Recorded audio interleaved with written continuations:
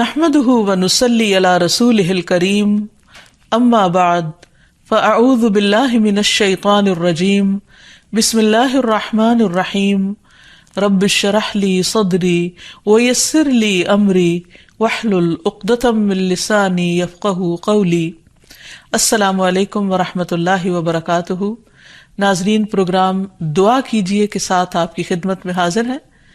آج ہم انشاءاللہ آپ کے ساتھ گھریلو پریشانیوں سے نجات حاصل کرنے کی دعائیں شیئر کریں گے۔ اس موضوع پر آپ سے گفتگو ہوگی کہ کس طرح ہم اپنے خاندانی زندگی کو، اپنی معاشرتی زندگی کو خوشگوار بنا سکتے ہیں اللہ سبحانہ و تعالیٰ کی مدد کے ساتھ۔ کوشش اپنی جگہ، لیکن ہر کوشش اس وقت فائدہ مند ہو جاتی ہے جب انسان اس کے ساتھ ساتھ اللہ تعالیٰ سے دعا کرتا ہے۔ حدیث میں آتا ہے کہ اللہ سبحانہ تعالیٰ کے نزدیک دعا سے زیادہ معزز اور کوئی چیز نہیں، یعنی سب سے زیادہ اللہ تعالیٰ جس چیز کو بندے کی ویلیو کرتے ہیں وہ دعا مانگنا ہے۔ اسی طرح ایک اور حدیث میں آتا ہے کہ دعا کرنا افضل عبادت ہے، یعنی انسان جب اللہ تعالیٰ کے آگے ہاتھ پھیلاتا ہے، اپنے دل کی پکار اپنے رب کو سناتا ہے، تو دراصل وہ عبادت کی حالت میں ہوتا ہے اور ایک افضل عبادت کر رہا ہوتا ہے۔ اس لیے کثرت کے ساتھ دعائیں کرتے رہنا چاہیے، لیکن یاد رہے کہ دعا کرنے سے پہلے اللہ سبحانہ وتعالیٰ کی تعریف ضرور کی جائے۔ اس سلسلے میں تعریف کے بے شمار کلمات ہمیں احادیث کی کتابوں میں ملتے ہیں۔ انہی میں سے ایک آتا ہے کہ آپ صلی اللہ علیہ وسلم سے سوال کیا گیا کہ کون سا کلام افضل ہے؟ آپ نے فرمایا جو اللہ نے اپنے فرشتوں اور اپنے بندوں کے لیے چنا، اور وہ ہے سبحان اللہ و بحمدہ، سبحان اللہ و بحمدہ۔ یعنی جب انسان دعا کرنا چاہے تو اس سے پہلے کچھ مرتبہ جتنا اس کا دل چاہے اللہ تعالیٰ کی تسبیح اور حمد و ثنا بیان کرے، اور بار بار تکرار کے ساتھ کہتا رہے سبحان اللہ و بحمدہ۔ اس کے بعد درود شریف پڑھے جتنی دیر پڑھنا چاہے، اور پھر اس کے بعد اپنی حاجت اللہ سبحانہ و تعالیٰ کے سامنے رکھے تو انشاءاللہ اس کی پریشانی دور ہوگی۔ جہاں تک گھریلو پریشانیوں کا تعلق ہے تو اس میں ہم دیکھتے ہیں کہ ہر گھر کے اندر کوئی نہ کوئی چیز ایسی ہو جاتی ہے کہ جس سے باہمی تعلقات میں بدمزگی پیدا ہو جاتی ہے۔ بعض افراد کی طبیعت میں غصہ زیادہ ہوتا ہے، بعض لوگ جھگڑالو ہوتے ہیں، بعض لوگ شکی مزاج کے ہوتے ہیں، بعض لوگوں کو اونچا بولنے کی عادت ہوتی ہے، بعض لوگ دوسروں کو مختلف باتوں پر زج کرتے رہتے ہیں، بعض لوگ اپنی ذمہ داریوں کو ٹھیک سے نہیں نبھاتے۔ تو یہ تمام چیزیں صرف نہ یہ کہ ایسے انسان کو خود بلکہ اس کے آس پاس رہنے والوں کو اذیت میں مبتلا کر دیتی۔ اب اس میں انسان بعضوں کو سمجھانے سے بھی کام لیتا ہے، دوسروں سے بھی مدد لیتا ہے، لیکن پھر بھی مسئلہ حل نہیں ہوتا۔ تو صحابہ کرام تو اپنی جوتی کا تسمہ بھی ٹوٹ جاتا تو اللہ سبحانہ تعالیٰ سے مانگتے تھے۔ تو اگر گھر کے اندر کسی قسم کی ناچاکی یا پریشانی ہے تو اس سلسلے میں بھی ہمیں اللہ تعالیٰ کی طرف رجوع کرنا چاہیے، اور پھر اس کے ساتھ ساتھ دوسرے کو جو مشکل پیدا کر رہا ہے سمجھانا بھی چاہیے۔ جہاں تک لڑائی جھگڑے کا تعلق ہے تو اسے منافقت کی علامت بتایا گیا۔ آپ صلی اللہ علیہ وسلم نے فرمایا کہ منافق کی 4 علامتیں ہیں، ان میں سے ایک بات کرے تو جھوٹ بولے، وعدہ خلافی کرے، امانت میں خیانت کرے، اور جب وہ جھگڑا کرے تو گالی دے، یعنی جھگڑتا بھی ہے اور گالی بھی دیتا ہے۔ نبی صلی اللہ علیہ وسلم نے یہ بھی فرمایا کہ اللہ کو سب سے زیادہ ناپسند آدمی وہ ہے جو بہت جھگڑالو ہے، یعنی اللہ تعالیٰ ایسے شخص سے محبت نہیں کرتے۔ اس لیے اگر آپ کسی سے بات کر رہے ہو تو اس کی بات توجہ سے سن لے۔ چھوٹی چھوٹی باتوں پر جھگڑنا اور دوسرے کے ساتھ بد اخلاقی سے پیش آنا یہ درست نہیں۔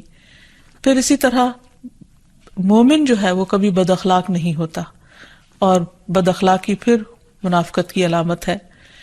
رسول اللہ صلی اللہ علیہ وسلم نے فرمایا تمہارے یہ نسب نامے کسی کے لیے گالی کا سبب نہیں ہے، تم سب آدم کی اولاد ہو، ایک دوسرے کے قریب ہو، دین یا عمل صالح کے علاوہ کسی وجہ سے کسی کو کسی پر کوئی فضیلت نہیں۔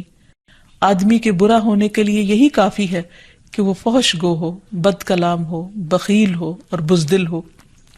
پھر اسی طرح آپس میں محبتوں کا نہ ہونا، بہن بھائیوں میں ناچاکی یا شوہر بیوی میں ناچاکی، یا والدین کے ساتھ محبت کا نہ ہونا، یہ ایک طرح سے اللہ تعالیٰ کی طرف سے ایک آزمائش بھی ہو سکتی ہے اور ایک عذاب بھی ہو سکتا ہے۔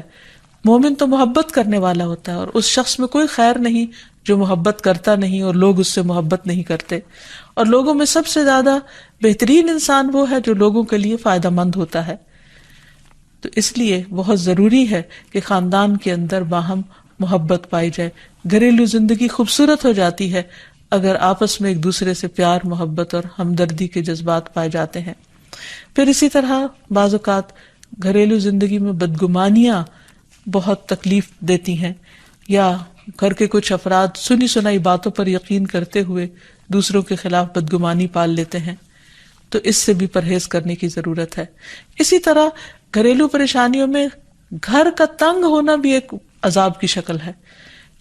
اس لیے نبی صلی اللہ علیہ وسلم نے ہر وضو کرنے کے بعد جو دعا سکھائی، اس میں خاص طور پر یہ دعا آتی ہے کہ اللہ میرے گھر میں وسعت پیدا کر دے، یعنی ایک تو دلوں میں وسعت ہو، اور دوسرا یہ ہے کہ جگہ بھی کشادہ ہو۔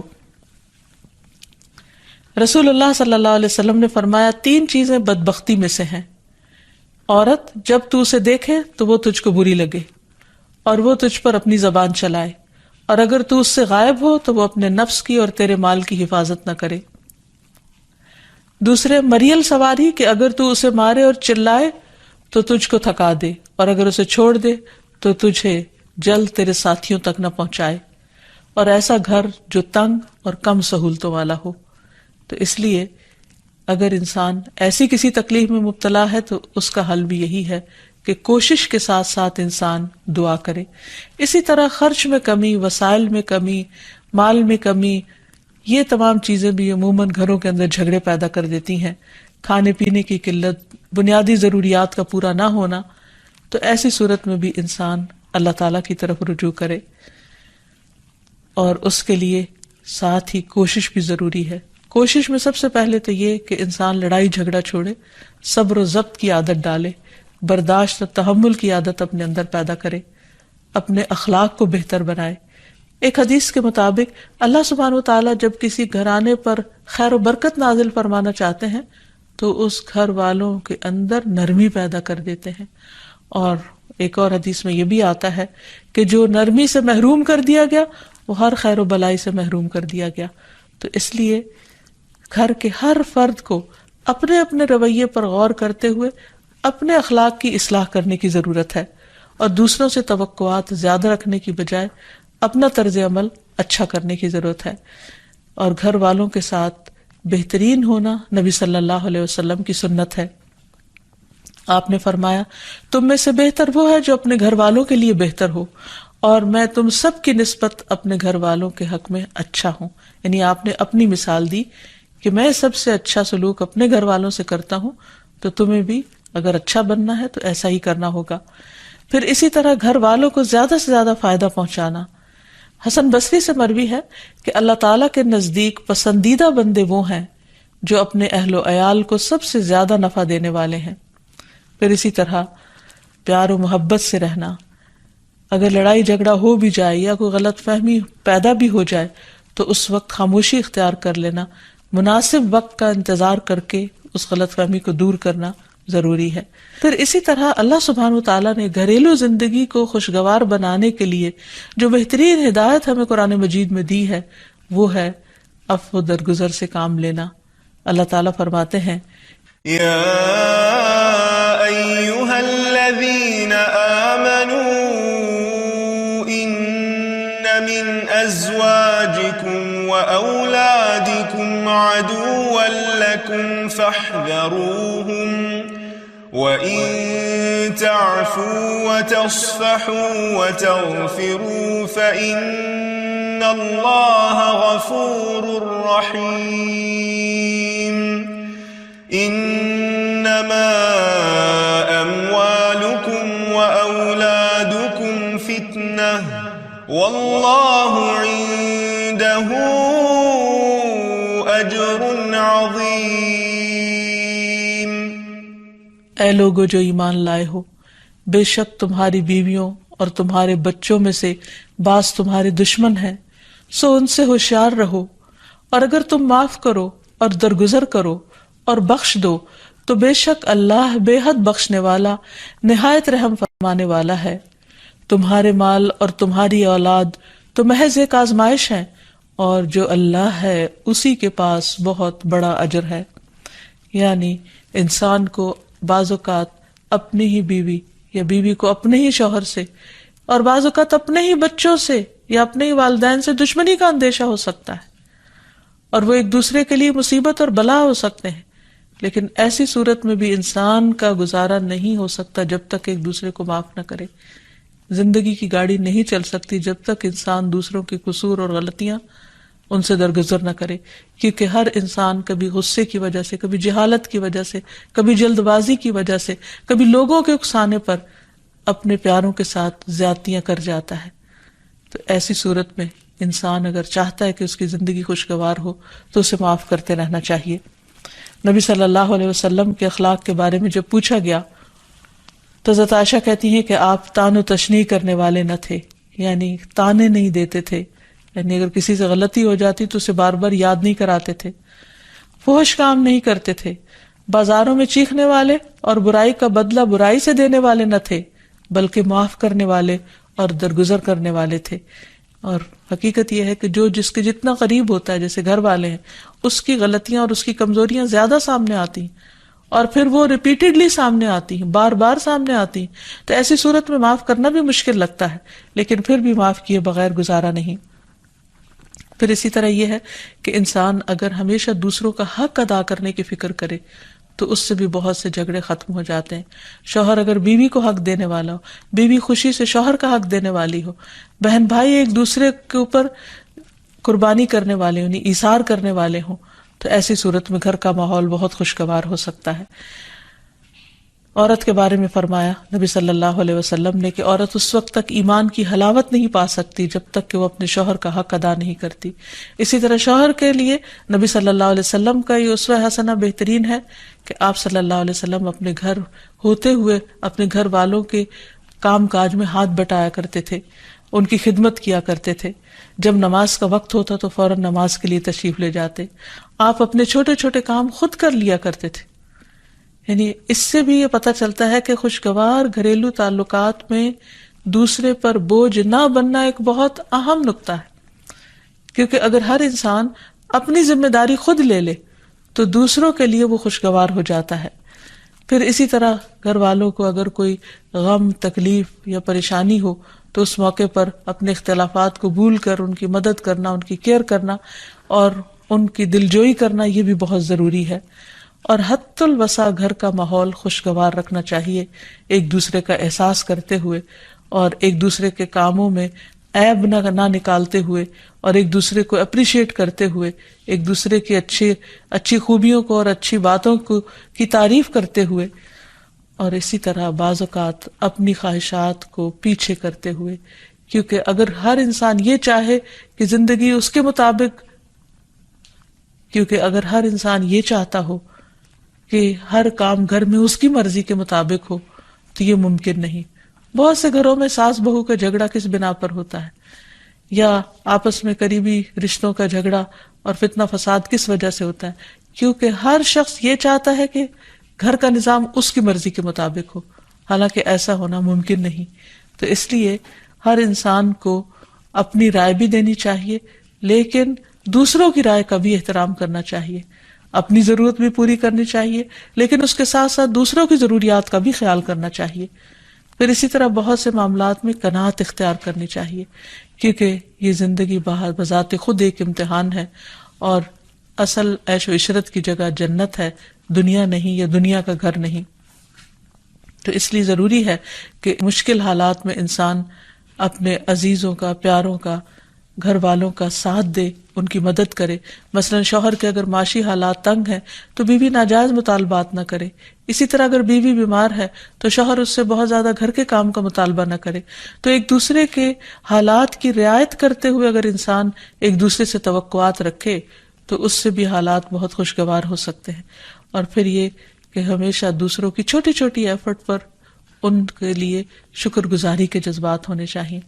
مثلاً اگر کوئی آپ کو گھر میں پانی پلا دے تو آپ اس پر بھی شکریہ بولیں، ہم عام طور پر اگر گھر سے باہر کہیں ہوتے ہیں اور کوئی ہمارے ساتھ تھوڑے سا بھی احسان کا معاملہ کرے تو ہم اس کے احسان کو مانتے ہیں، لیکن گھر والوں کا احسان ماننا ایک مشکل کام لگتا ہے. تو اس لیے اگر ہم چاہتے ہیں کہ گھریلو زندگی خوشگوار ہو تو اس میں گھر والوں کے احسان کو بھی ماننا ضروری ہے. اور پھر چھوٹی چھوٹی اذیتوں کو بہت مینشن نہیں کرنا چاہیے، ان کا ذکر نہیں کرنا چاہیے، ان پر صبر کرنا چاہیے. تو جو شخص شکر اور صبر سے کام لیتا ہے اس کی زندگی لازماً خوشگوار ہوتی ہے. لیکن اس کے باوجود بھی اگر گھریلو زندگی میں تنگی ہو، تکلیف ہو، آپس کی ناچاکی ہو، دشمنی ہو، پریشانی ہو، بہت بے چینی ہو، تو پھر اللہ سبحانہ و تعالیٰ ہی کی طرف رجوع کرنا چاہیے. کیونکہ قرآن مجید میں آتا ہے وَإِن يُرِدْكَ بِخَيْرٍ فَلَا رَادَّ لِفَضْلِهِ يُصِيبُ بِهِ مَن يَشَاءُ مِنْ عِبَادِهِ وَهُوَ الْغَفُورُ الرَّحِيمُ. اور اگر اللہ تجھ سے کوئی بھلائی کرنا چاہے تو کوئی اسے ٹالنے والا نہیں، وہ اپنے بندوں میں سے جسے چاہے فضل سے نوازتا ہے اور وہ بخشنے والا اور رحم کرنے والا ہے. تو اس لیے چھوٹی چھوٹی تکلیفوں پر بھی فوراً اللہ کا ذکر، اللہ کی یاد، اللہ کی تسبیح انسان کے دل کو سکون بخشتے. اور نبی صلی اللہ علیہ وسلم نے خصوصاً اپنی پیاری بیٹی فاطمہ رضی اللہ تعالی عنہا کو جب وہ گھر کے کام کاج کر کے تھک جاتی تھی، کیونکہ اپنے ہاتھ سے چکی پیستی، اپنے ہاتھ سے آٹا گوندتی، اپنے ہاتھ سے اپنے گھر کے کام کاج کرتی، بچوں کو لک آفٹر کرتی، تو بہت تھک جاتی تھی. اور اسی تھکاوٹ کی وجہ سے انہوں نے ایک دفعہ نبی صلی اللہ علیہ وسلم کے پاس جب کچھ قیدی آئے تو خادم کا مطالبہ کیا، لیکن آپ صلی اللہ علیہ وسلم نے ان کو خادم دینے کی بجائے یہ تسبیحات سکھائی اور فرمایا کہ جب تم اپنے بستر پر جانے لگو تو 33 بار سبحان اللہ، 33 بار الحمدللہ اور 34 بار اللہ اکبر پڑھ لیا کرو. اور اسی لیے یہ تسبیحات فاطمہ کے نام سے بھی معروف ہیں. تو رات کو خاص طور پر بستر پر لیٹ کر یہ تسبیحات ضرور پڑھ لینی چاہیے، کیونکہ یہ گھریلو کام کاج کی تھکاوٹ کا بہترین علاج ہے اور خادم کی جگہ کفایت کرنے والی دعائیں ہیں. پھر اسی طرح گھر میں وسعت اور کشادگی کی دعا، اللہم اغفر لی ذنبی ووسع لی فی داری وبارک لی فی رزقی. اے اللہ میرے گناہ معاف کر دے، میرے گھر میں وسعت پیدا کر دے اور میرے رزق میں برکت عطا کر دے. پھر اسی طرح چھوٹی چھوٹی پریشانیوں کے سلسلے میں مثلاً بچے کو چوٹ لگ گئی یا اچانک کسی وبائی مرض کا کوئی شکار ہو گیا تو علاج معالجے کے ساتھ ساتھ دعا کرنا ضروری ہے. مثلاً گھر والوں میں سے اچانک کسی کو کوئی ایسی بیماری آ گئی، کوئی سٹروک ہو گیا یا ہارٹ اٹیک ہو گیا تو سارے گھر والے پینک ہو جاتے ہیں. ایسی صورت میں پریشانی کا صرف اظہار کرتے رہنے سے اور غمگین رہنے سے مریض کی مدد نہیں کی جا سکتی. تو اس موقع پر اللہ تعالیٰ سے دعا کرنی چاہیے. اور ایک بہت خوبصورت دعا جو نبی صلی اللہ علیہ وسلم نے حضرت اسماء بنت امیس کو سکھائی تھی کہ آپ نے فرمایا کیا میں تمہیں ایسے کلمات نہ سکھاؤں جن کو تم پریشانی کے وقت پڑھا کرو. اور وہ کلمات ہیں اللہ اللہ ربی لا اشرک بہ شیئا، اللہ ہی میرا رب ہے، میں اس کے ساتھ کسی چیز کو شریک نہیں بناتی. اور آخر میں یہ کہ گھر والوں کی باہمی محبت اور الفت اور تعلقات کی بہتری کی دعا کرنی چاہیے جو پیارے نبی صلی اللہ علیہ وسلم نے ہمیں سکھائی ہے. وہ دعا ہے اللہم الف بین قلوبنا واصلح ذات بیننا واہدنا سبل السلام ونجنا من الظلمات الى النور وجنبنا الفواحش ما ظهر منها وما بطن وبارک لنا فی اسماعنا وابصارنا وقلوبنا وازواجنا وذریاتنا وتب علینا انک انت التواب الرحیم وجعلنا شاکرین لنعمتک مثنین بها قابلیہا واتمہا علینا. اے اللہ ہمارے دلوں میں الفت پیدا فرما دے اور ہمارے آپس کے معاملات کی اصلاح کر دے.